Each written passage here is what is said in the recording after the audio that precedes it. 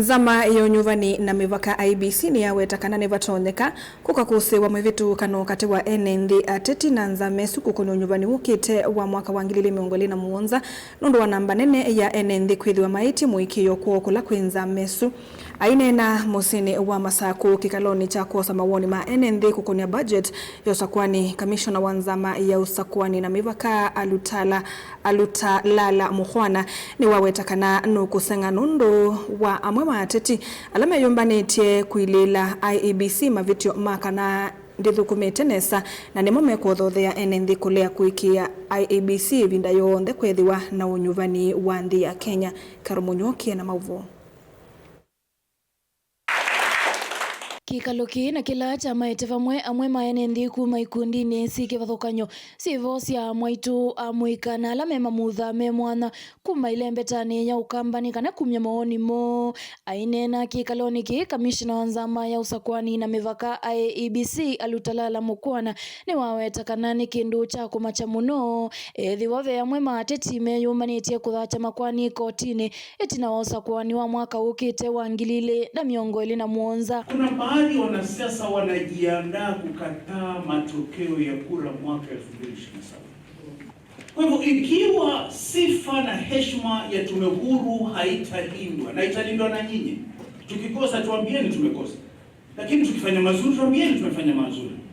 Mukwana ni wawetakana namba nene ya NND ni thitwe tena mwikio na nzama isu ya usakwani na nicho gitumi kinene cha kulea kwitikilana na mosungi wa mausakwani kila ivinda kwethiwa na unyuvani va nthi ya Kenya na kuothothea uvungulu wa muo. So ikiwa heshima na imani ya raia itabomolewa kabisa katika tume, wakati mwaka 2027 utakapokuja na kura zifanywe, atakayeshinda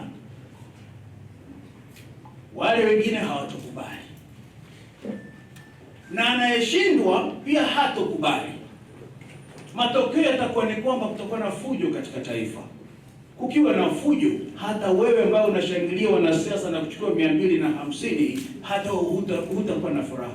Okavinani kauni wawetakana itumi mwa ila ikuothothea NND kulea kwitikilana na nzama ya IEBC ni maundu makonetia ulusani na siasa nthuku ila itwaiwe ni amwe maateti vala waumbula kana alama ile utulwa mutini ateti indi ti nzama ya usakwani. Bribery na corruption kazi ya IEBC, kakangu yuko hapa. That is his role. Bwana hamwadau. Because it is sweeter to blame IEBC. Because when you blame IEBC, you are providing a journey to refuse to accept the results. Mwanasiasa kishindwa, hakubali kushindwa, lazima aseme si kushindwa, waliniibia. Ovamwe no mukwana ni umya wetano kula kuyanduma muika kwiyumilia kukuna kura aiweta kulea kukuna kura tigwa kumetana na mathinala mamekumbilite. When you refuse to participate in voting, that is not a protest, my young girls and boys. It is a surrender. You are surrendering your right and effectively allowing politicians to lock you out of the system.